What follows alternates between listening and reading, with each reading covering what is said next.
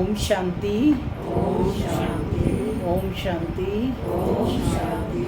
ओम शांति। ओम शांति। आज 29 सितंबर 2024 यानी 29/9/2024। आज विशेष दिन है। क्या है आज? रविवार। तो रविवार को कौन सी मुरली होती है? अव्यक्त मुरली। अव्यक्त बाप दादा रिवाइज है ये 3 फरवरी 2002। 3 फरवरी 2002 मधुबन। आज की मुरली में अव्यक्त बाप दादा ने बताया है कि जो हमारा लक्ष्य है, लक्ष्य क्या है? लक्ष्मी नारायण सदृश बनना। तो लक्षण भी कैसे होने चाहिए? पुरुषार्थ करना है। किसी ने डॉक्टर बनना है, इंजीनियर बनना है, तो उसके हाव भाव, चाल चलन, कार्य करने का तरीका, सोचने का तरीका, वह सब चेंज हो जाता है ना उसी अकॉर्डिंग।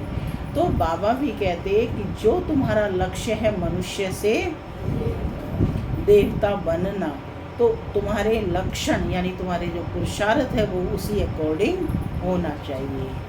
तो जब हम लक्ष्य के अकॉर्डिंग अपने लक्षण बनाएंगे तो सर्व खजानों से हम क्या बन जाएंगे? संपन्न, भरपूर बन जाएंगे। तो बाबा कहते कि सदा प्राप्ति स्वरूप बनो, तृप्त आत्मा बनो, भरपूर आत्मा बनो। यहाँ ही हमें भरपूर बनना है, तब वहाँ जाकर के हम संपन्न होंगे, सुख, शांति, पवित्रता और संपन्नता से भरपूर होंगे। साथ ही बाबा कह रहे हैं कि अभी ही तुम्हें मुक्ति और जीवन मुक्ति को भी अनुभव करना है। सुनते हैं आज के डायरेक्ट अव्यक्त महावाक्य। ओम शांति। आज की मुरली का शीर्षक है, सब कहाँ बैठे हैं? मधुबन में अव्यक्त बाप दादा के सम्मुख। मुरली का शीर्षक है लक्ष्य और लक्षण को समान बनाओ। लक्ष्य और लक्षण को समान बनाओ, सर्व खजानों से संपन्न बनो। सर्व खजानों से संपन्न बनो। आज सर्व खजानों के मालिक अपने खजानों से संपन्न बच्चों को देख रहे हैं। हर एक बच्चा सर्व खजानों से संपन्न है। संपन्न है। जो संपन्न होता है उनकी निशानी क्या है? सदा प्राप्ति स्वरूप तृप्त आत्मा दिखाई देगी, सदा खुश नजर आएगी, क्योंकि भरपूर है ना। जो भरपूर है वो सदा खुश नजर आएगा। तो बाबा कहते हर एक अपने से पूछे कि हमारे पास कितने खजाने जमा हैं। क्या पूछ रहा है हर आत्मा ने अपने से? कि मेरे पास कितने खजाने जमा हैं। बाबा तो रोज अविनाशी खजाने दे रहे हैं। ये अविनाशी खजाने अब भी प्राप्त हैं और भविष्य में अनेक जन्म साथ रहेंगे। यह खजाने खत्म नहीं होने वाले हैं। पॉइंट नोट कर लो। कौन कह रहा है? सर्वशक्तिमान बाप कह रहे हैं कि चेक करो कि मेरे पास कितने खजाने हैं। और बाप ने जो ये खजाने दिए हैं, ये अविनाशी खजाने बाबा कहते अब भी प्राप्त हैं और भविष्य में भी अनेक जन्म साथ रहेंगे। ये खजाने खत्म नहीं होने वाले हैं। सबसे पहला खजाना है, क्या खजाना है? सबसे पहला ज्ञान का खजाना। नोट कर लो। जिस ज्ञान के खजाने से इस समय भी आप सभी मुक्ति और जीवन मुक्ति का अनुभव कर रहे हो। जीवन बंद का अनुभव कर रहे हो, जीवन मुक्त का। जीवन मुक्त का। जीवन में रहते, पुरानी दुनिया में रहते, तमोगुणी वायुमंडल में रहते, ज्ञान के खजाने के आधार से इन सब वायुमंडल वाइब्रेशन से न्यारे मुक्त हो या नहीं हो। कमल पुष्प समान न्यारे मुक्त आत्माएं दुख से, चिंताओं से, अशांति से मुक्त हो। जीवन में रहते बुराइयों के बंधनों से मुक्त हो। व्यर्थ संकल्पों के तूफान से मुक्त हो। है मुक्त? पूछ रहे हैं बाबा, है मुक्त? बिल्कुल, सभी हाथ हिला रहे हैं, यहाँ तो हाथ ही नहीं हिला रहे। मुक्त हैं। बाबा ने कहा सब चिंताओं से मुक्त हो गई, न्यारे हो गए। वायुमंडल तो मोघड़ी, लेकिन आप क्या हो गए? उस वाइब्रेशन से न्यारे मुक्त हो गए।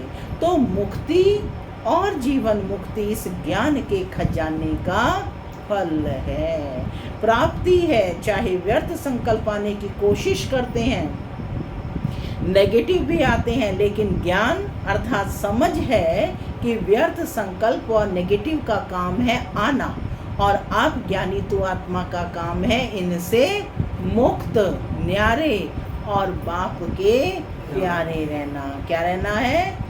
मुक्त, न्यारे और बाप के प्यारे रहना है। तो चेक करो, कौन सा खजाना बाबा ने चेक करने के लिए कहा है? नोट किया ना? कौन सा खजाना? ज्ञान का खजाना। तो बाबा पूछ रहे हैं कि ज्ञान का खजाना प्राप्त है, चेक करो अपने आप से कि मेरे अंदर कितनी समझ आई है। अगर कम है तो उसको जमा करो, खाली नहीं रहना। ऐसे ही दूसरा खजाना कौन सा है? योग का खजाना है ना। पहला है ज्ञान का खजाना, दूसरा योग, जिससे सर्व शक्तियों की प्राप्ति होती है। क्या प्राप्त होता है इससे? सर्व शक्तियों से। ज्ञान से समझ मिली तो वायुमंडल से न्यारे हो गए। अब यह योग का खजाना जिससे सर्व शक्तियाँ प्राप्त होती हैं। तो अपने को देखो, योग के खजाने द्वारा सर्व शक्तियाँ जमा हैं क्या? पूछ रहे हैं बाबा। सर्व, सर्व का मतलब सर्व, फिर क्वेश्चन मार्क है। एक भी शक्ति अगर कम होगी तो समय पर धोखा दे देगी। आप सबका टाइटल है मास्टर सर्व शक्तिमान। नोट कर लो, मास्टर सर्व शक्तिमान, शक्तिमान नहीं, सर्व शक्तिमान। तो सर्व शक्तियों का खजाना योग बल द्वारा जमा है क्या? भरपूर है, प्राप्ति स्वरूप है, या कमी है? और कमी है तो क्यों? अभी अपनी कमी को भर सकते हो, तो ये चेकिंग करनी है। अभी चांस है, फिर संपन्न करने का समय समाप्त हो जाएगा तो कमी रह जाएगी। चेक करो, एक एक शक्ति को सामने लाओ और सारा दिन की दिनचर्या में चेक करो। अगर परसेंटेज भी कम है तो फुल पास नहीं कहेंगे, क्योंकि आप सबका लक्ष्य है। किसी भी बच्चे से पूछते हैं तो क्या कहते हैं? फुल पास होना है या हाफ पास? क्या होना है? तो हाथ खड़ा करके बोलो, फुल पास। फुल पास होना है। तो सभी कहते हैं कि हम तो सूर्यवंशी बनेंगे, चंद्रवंशी नहीं बनेंगे। चंद्रवंशी नहीं बनेंगे, नहीं बनेंगे क्या? बाप दादा बहुत अच्छा तख्त देंगे, बनेंगे? चंद्रवंशी बनेंगे? बाबा देखो कैसे पूछ रहे हैं, है ना, कि बाप दादा बहुत अच्छा तख्त देंगे, चंद्रवंशी बनेंगे क्या? इंडिया वाले सूर्यवंशी बन जाएं और फॉरेन वाले चंद्रवंशी बन जाएं, ऐसे बनेंगे क्या? नहीं बनेंगे। सूर्यवंशी बनना है क्या? बनना ही है। यह तो बाप दादा चिट चैट कर रहे हैं। जब सूर्यवंशी बनना ही है, दृढ़ निश्चय है, बाप से और स्वयं से प्रतिज्ञा कर ली है, तो अब से किसी भी शक्ति की परसेंटेज कम नहीं हो। अगर कहेंगे सर्कमस्टांस के अनुसार, समस्याओं के अनुसार परसेंटेज कम हो जाती है, तो 14 कला बन जाएंगे। स्पष्ट कर दिया है बाबा। इसलिए आजकल बाप दादा चारों ओर के सभी बच्चों का पोता मेल रजिस्टर चेक कर रहे हैं। आज बाबा रजिस्टर चेक कर रहा है। बाप दादा के पास भी हर एक का रजिस्टर है। कभी सोचो, हम तो लिखते नहीं हैं तो कहाँ गया, लेकिन एक एटर्नल रजिस्टर बाप दादा के पास है, क्योंकि उसको भी स्पष्ट किया है। समय के अनुसार पहले ही बाप दादा बच्चों को सुना रहे हैं कि समय की रफ्तार अनुसार अभी कब नहीं कहो। कब नहीं कहो तो क्या कहो, अब क्या कहेंगे, कल करेंगे, आज करेंगे, अभी करेंगे। बाबा ने कहा अब कब हो जाएगा, कब कर लेंगे, होना तो है ही, ये नहीं सोचो, होना तो है नहीं, अभी अभी करना ही है।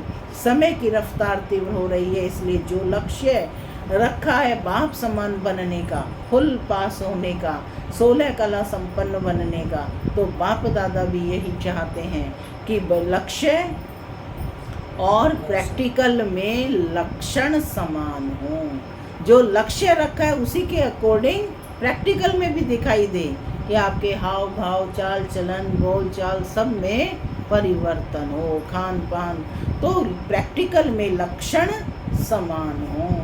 जब लक्ष्य और लक्षण दोनों समान होंगे तब ही बाप समान सहज बन जाएंगे। तो चेक करो, हो जाएगा, बन ही जाएंगे। ये अलबेलापन है। जो करना है, जो बनना है, जो लक्ष्य है, वह अभी से ही करना है, बनना है। कभी शब्द नहीं लगाओ, अभी अभी। क्या कहा बाबा ने, अभी अभी शब्द लगाओ। तो ज्ञान का खजाना, दूसरा योग का खजाना, और भी धारणाओं का खजाना है, जिससे धारणाओं में क्या आएंगे, गुण मूर्त बनेंगे। कहते जिससे धारणाओं से गुणों का खजाना जमा हो जाता है। गुणों में भी जैसे सर्व शक्तियां हैं ऐसे ही सर्व गुण हैं। सिर्फ गुण नहीं है, सर्व गुण। तो सर्व गुण है, या सोचते हो एक दो गुण कम हुआ तो क्या हुआ, चलेगा? चलेगा क्या? नहीं चलेगा। तो सर्व गुणों का खजाना जमा है क्या, ये चेकिंग करनी है। तीसरा है धारणाओं का मतलब सर्व गुणों का खजाना। तो ये चेकिंग करनी है। तो सर्व गुणों का खजाना जमा है क्या, कौन से गुण की कमी है उसको चेक करके भरपूर हो जाओ। चौथी बात है, अब क्या रह गया, ज्ञान, योग, धारणा हो गई। अब सेवा। सेवा द्वारा सभी को अनुभव है। जब भी मनसा सेवा या वाणी के द्वारा सेवा व कर्म द्वारा भी सेवा करते हो तो उसकी प्राप्ति आत्मिक खुशी मिलती है या नहीं? बाबा के घर में कुछ भी सेवा करते हैं तो क्या मिलता है, आत्मिक खुशी मिलती है कि मेरे को सेवा का चांस मिला। तो उसकी प्राप्ति आत्मिक खुशी मिलती है। तो चेक करो सेवा द्वारा खुशी की अनुभूति कहाँ तक हुई है, कहाँ तक होती है। अपने अपने आप में चेकिंग करनी है कि मुझे बाबा के घर में मेरा मन भारी हो जाता है या खुशी होती है। कुछ भी मैंने सफाई की या कुछ भी कार्य किया तो चेकिंग करनी है।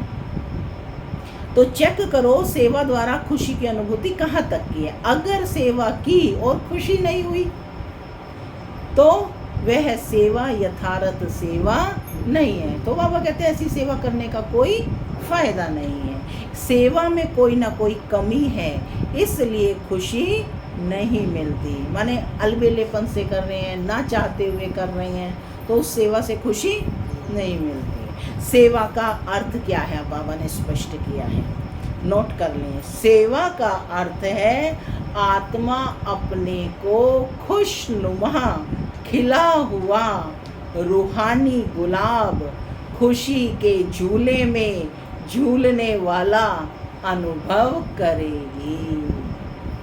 क्या है सेवा का अर्थ? आत्मा अपने को खुशनुमा खिला हुआ रूहानी गुलाब खुशी के झूले में झूलने वाला अनुभव करेगी। तो चेक करो सारा दिन सेवा की, लेकिन सारा दिन सेवा की तुलना में इतनी खुशी हुई या सोच विचार ही चलते रहे, यह नहीं, ये नहीं, ये ऐसा है क्या? और आपकी खुशी का प्रभाव एक तो सेवा स्थान पर और दूसरा सेवा साथियों पर, उन पर भी पड़ेगा। और तीसरा, जिन आत्माओं की सेवा की उन आत्माओं पर पड़े, वायुमंडल भी खुश हो जाए। यह है सर्व का खजाना खुशी, है ना। आपने सेवा की, आने वाली आत्माएं, उनको अच्छे से सहूलियत बैठने की मिली, है ना, अच्छे से उनको आदर पूर्वक बिठाया गया योग के लिए, सब जो है कमेंट्री वगैरह चला करके, तो कैसे उनको मिलेगी, क्या मिलेगी उनको? खुशी मिलेगी। तो बाबा ने कहा, तीनों बाबा ने बताया, आपकी खुशी का प्रभाव एक तो सेवा स्थान पर, दूसरा सेवा साथियों पर, और तीसरा जिन आत्माओं की सेवा की उन आत्माओं पर पड़े, वायुमंडल भी खुश हो जाए। यह है सर्व का सेवा का खजाना खुशी। और बात 4 सब्जेक्ट तो आ ही गई, चारों सब्जेक्ट आ गए, ज्ञान, योग, धारणा और सेवा। और है 5वां बाबा ने बताया, संबंध संपर्क, वह भी बहुत जरूरी है। क्यों? कई बच्चे समझते हैं बाप दादा से तो संबंध है, बाप दादा से तो संबंध है ही, परिवार में हुआ नहीं हुआ क्या बात है, क्या हर्जा है, बीज से तो है ही। लेकिन आपको विश्व का राज्य करना है ना। किस किसने करना है? तो राज्य में संबंध में आना ही होगा। तो क्या कहा बाबा ने? राज्य में संबंध में आना ही होगा, इसलिए सेवा करनी होगी, है ना। जाओगे दूसरों के पास तभी तो पता चलेगा। तो कहते हैं राज्य में संबंध में आना ही होगा, इसलिए संबंध संपर्क में आना ही है। लेकिन बाबा ने कहा, संबंध संपर्क में यथार्थ खजाना मिलता है दुआएं का। क्या मिलता है? जब आप जाएंगे और उनको ओम शांति बोलेंगे, है ना, तो उनको मीठी मीठी बातें, बाबा के 2 महावाक्य सुनाएंगे, तो उनको क्या देंगे आपको? तो कहेंगे कि भाई ये तो बड़ा इन्होंने अपना जीवन बना, हम भी कभी आएंगे, है ना। तो दुआएं बिना संबंध संपर्क के, उसको आगे भी बाबा ने स्पष्ट किया है, बिना संबंध संपर्क के आपके पास दुआओं का खजाना जमा नहीं होगा। माँ बाप की दुआएं तो हैं, लेकिन संबंध संपर्क में भी दुआएं लेनी है। अगर दुआएं नहीं मिलती, फीलिंग नहीं आती, तो समझो संबंध संपर्क में कमी है। सोचे कि बस हम अकेले बैठकर बस योग करते रहें। संबंध संपर्क में आएंगे तो प्रजा भी तो बनानी है ना, सेवा भी तो करनी है। तो बाबा ने कहा कि संबंध संपर्क में भी, बिना संबंध संपर्क में आपके पास दुआओं का खजाना जमा नहीं होगा। माँ बाप की दुआएं तो हैं, लेकिन संबंध संपर्क में भी दुआएं लेनी है। अगर दुआएं नहीं मिलती, फीलिंग नहीं आती है, तो समझो संबंध संपर्क में कोई कमी है। यथार्थ रीति अगर संबंध संपर्क है तो दुआओं की अनुभूति होनी चाहिए। और दुआओं की अनुभूति क्या होगी? बाबा पूछ रहे हैं, क्या होगी? अनुभवी तो होना। अगर सेवा से दुआएं मिलती हैं तो दुआएं मिलने का अनुभव यही होगा, जो स्वयं भी संबंध में आते हैं, कार्य करते हैं, डबल लाइट हल्का होगा। क्या दुआओं से क्या फीलिंग होगी? कि स्वयं को लाइट फील करेंगे संबंध संपर्क में आने पर। कार्य करते डबल लाइट यानी हल्का होगा, बोझ नहीं महसूस करेगा। और जिनकी सेवा की, जिनके संबंध संपर्क में आए, वह भी डबल लाइट फील करेगा, अनुभव करेगा कि ये संबंध में सदा हल्का, इजी है, भारी नहीं रहेगा। यह संबंध में सदा हल्का अर्थात इजी है, भारी नहीं रहेगा। संबंध में आऊं, नहीं आऊं, ऐसा नहीं। लेकिन दुआएं मिलने के कारण दोनों तरफ नियम प्रमाण ऐसा इजी भी नहीं, जैसे कहावत है ज़्यादा मीठे पर चींटियाँ बहुत आती हैं, तो इतना इजी भी नहीं, लेकिन डबल लाइट रहेगा। तो बाप दादा कहते हैं अपने खजाने को चेक करो। कौन सा खजाना? संबंध संपर्क। समय दे रहे हैं, अभी समाप्ति का बोर्ड नहीं लगा है। उस समय की मुरली है ये 2002 में, तब बाबा ने कहा अभी समाप्ति का बोर्ड नहीं लगा, इसलिए चेक करो और बढ़ते चलो। बाप दादा का बच्चों से प्यार है ना, तो बाप दादा समझते हैं कोई भी बच्चा पीछे नहीं रह जाए, हर एक बच्चा आगे से आगे जाए। चलते चलते देह अभिमान आ जाता है, स्वमान और देह अभिमान, दो बातें बाबा ने कहा, स्वमान और देह अभिमान। देह अभिमान का कारण है स्वमान में कमी हो जाती है। तो देह सहित देह अभिमान को मिटाने का बहुत सहज साधन है। देह अभिमान आने का एक ही अक्षर है, एक ही शब्द है, वह जानते भी हो। देह अभिमान का एक शब्द कौन सा है? मैं अच्छा, तो कितना बारी मैं कहते हो? कितना बारी कहते हो क्या बताओ? सारा दिन में कितना बारी मैं बोलते हो? कभी नोट कर किया है क्या? नोट किया है क्या? अच्छा, एक दिन नोट करना। बाबा बच्चों को कह रहे हैं कि मैं शब्द जो देह अभिमान का कारण है उसको नोट करो कि कितनी बार बोलते हो। बार बार मैं शब्द तो आता ही है, लेकिन मैं कौन?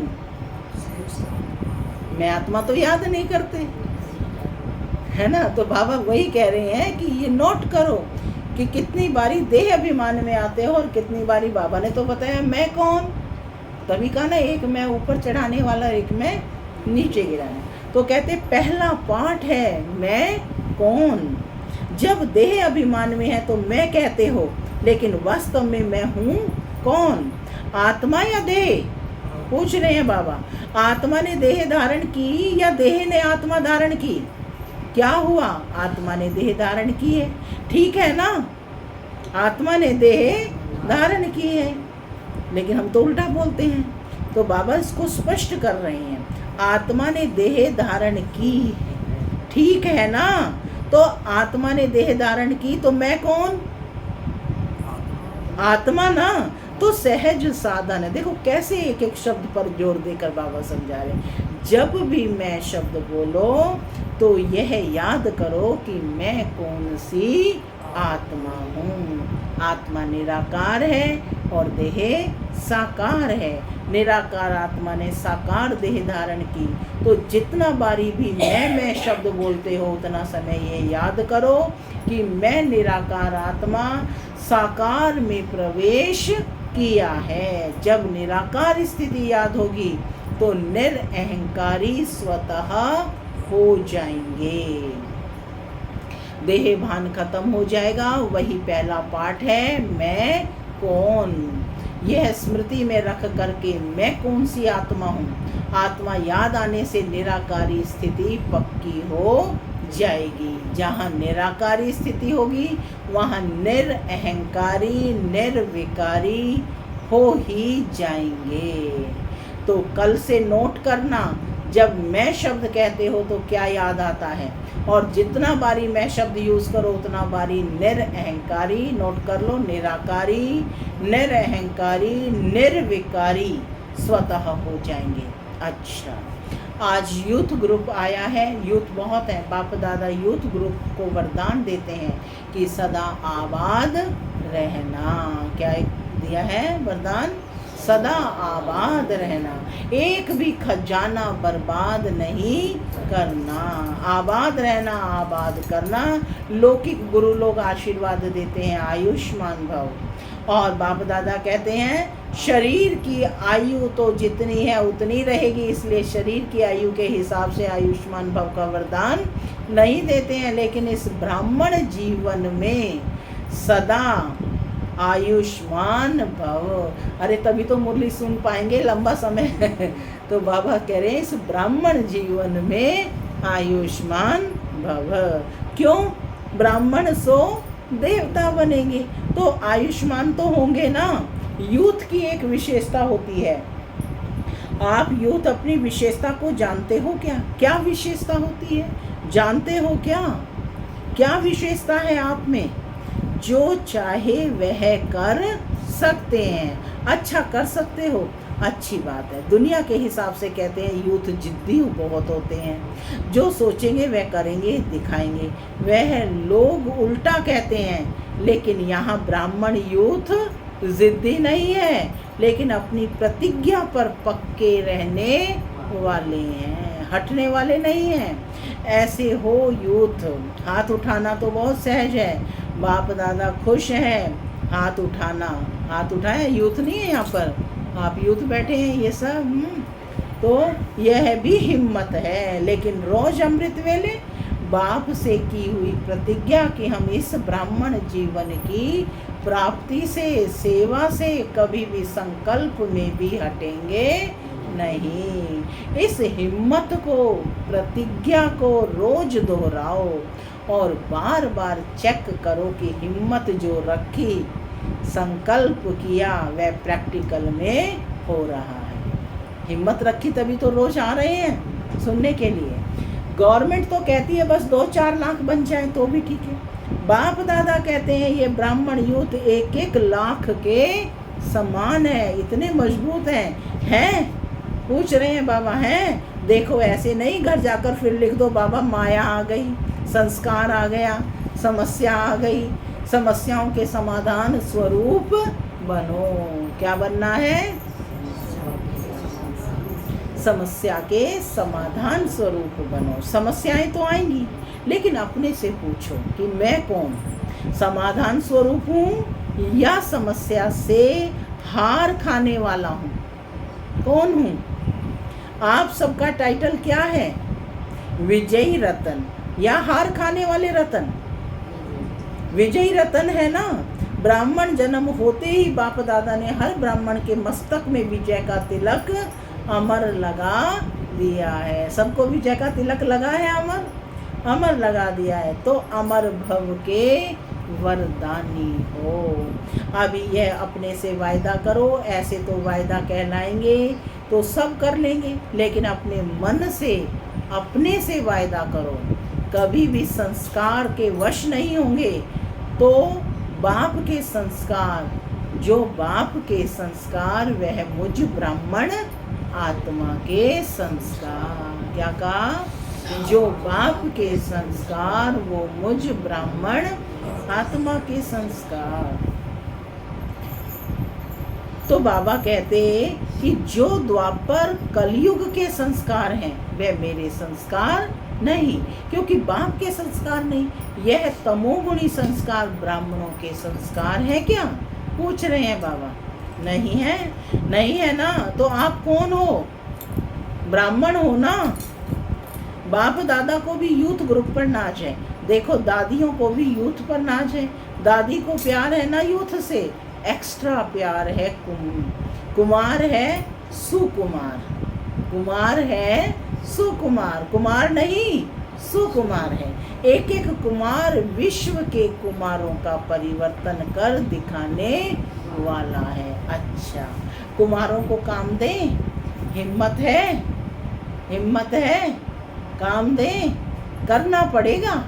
कुमारियां करेंगी, करेंगी तो काम दे रही हैं। ध्यान से सुनना। तो जो अगली सीजन होगी, अगली सीजन में कुमारों का ऐसे ही स्पेशल प्रोग्राम रखेंगे। लेकिन भी है, ज़्यादा काम नहीं देते हैं। एक एक कुमार 10-10 कुमारों का छोटा सा हाथ का कंगन तैयार करके लाना, ये काम दिया है। करेंगे? हाथ में कंगन पड़ता है ना छोटा सा।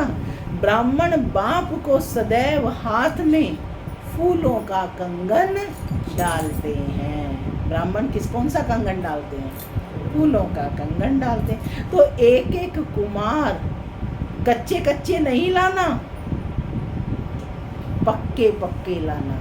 तो मधुबन में तो आए, फिर घर जाएं तो बदल जाएं, ऐसा नहीं। ऐसे पक्के बनाकर लाना जो बाप दादा देख देख कहें वाह कुमार वाह। ऐसे तैयार है क्या? तैयार है? करेंगे? ऐसे करेंगे क्या? थोड़ा सोचो।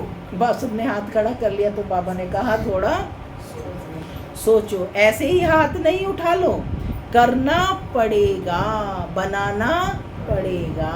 डबल फॉरनर्स भी करेंगे क्या? डबल फॉरनर्स में कुमार हाथ उठाओ तो आप भी 10 लाएंगे ना, 10-10 लाने हैं।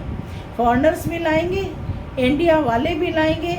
फिर जो फर्स्ट क्लास क्वालिटी लाएंगे उसको इनाम देंगे। इनाम बढ़िया देंगे, घटिया नहीं देंगे। प्यार है ना कुमारों से। अगर गवर्नमेंट को ज़्यादा में ज़्यादा कुमार पॉजिटिव कर्म करने वाले मिल जाएं तो गवर्नमेंट कितना खुश होगी। अगर आप 10-10 कुमार लाएंगे तो सारा हाल कुमारों से भरेंगे। फिर गवर्नमेंट को बुलाएंगे, देखो ये कुमार। लेकिन लाने पड़ेंगे, बनाने पड़ेंगे। अगर अपनी स्थिति, लक्ष्य और लक्षण को समान रखेंगे तो सेवा में सफलता होगी या नहीं होगी, ये संकल्प भी नहीं उठ सकता। हुई पड़ी है सफलता, हुई पड़ी है। सिर्फ आपको निमित्त बनना पड़ेगा। यह है प्रतिज्ञा, सदा रिवाइज करते रहना। कमाल तो करनी ही है। अच्छा, मुरली के बीच में अचानक बाप दादा के सामने 2 कुमार स्टेज पर आए जिन्हें हटाया गया। अच्छा, अभी खेल में खेल देखा। अभी बाप दादा कहते हैं साक्षी होकर खेल देखा जाए। एंजॉय किया। अभी 1 सेकंड में एकदम देह से न्यारे पावरफुल आत्मिक रूप में स्थित हो सकते हो। Full stop.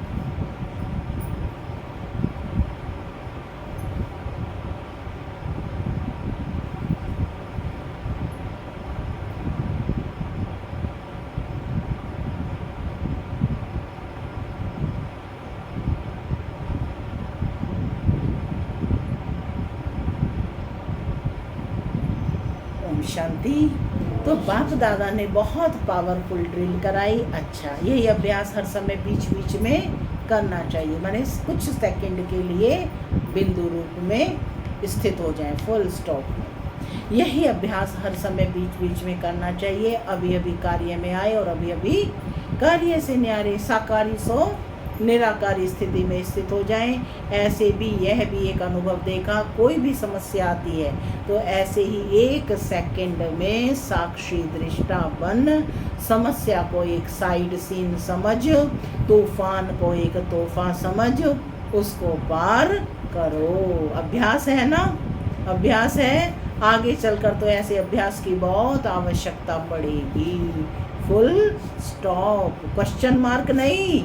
यह क्यों हुआ, यह कैसे हुआ, हो गया, फुल स्टॉप। और अपने फुल शक्तिशाली स्टेज पर स्थित हो जाओ। समस्या नीचे रह जाएगी, आप ऊंची स्टेज से समस्या रूपी साइड सीन को देखते रहेंगे। अच्छा, पूरी मुरली का सार है, चारों ओर के सर्व खजानों से संपन्न आत्माओं को सदा हर समय प्राप्ति से भरपूर, मुस्कुराते हुए हर्षित रहने वाली आत्माओं को, सदा बाप से की हुई प्रतिज्ञा को जीवन में प्रत्यक्ष करने वाली ज्ञानी तु आत्माएं, योगी तु आत्माएं, बच्चों को सदा लक्ष्य और लक्षण को समान करने वाले बाप समान आत्माओं को, सदा हर समय सर्व खजानों का स्टॉक और स्टॉप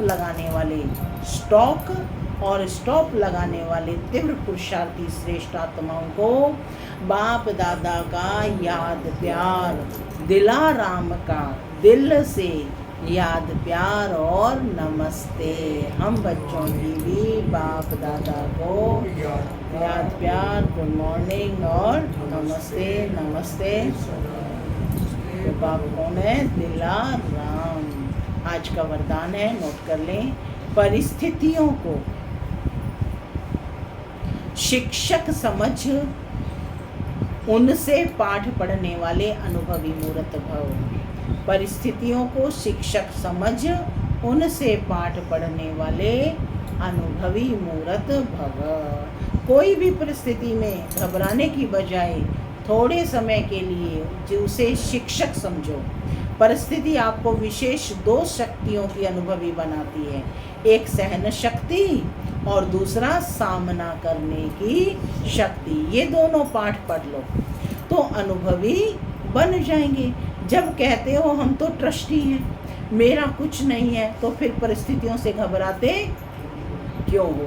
ट्रस्टी माना सब कुछ बाप के हवाले कर दिया, इसलिए जो होगा वह अच्छा ही होगा। इस स्मृति से सदा निश्चिंत समर्थ स्वरूप में रहो। स्लोगन है,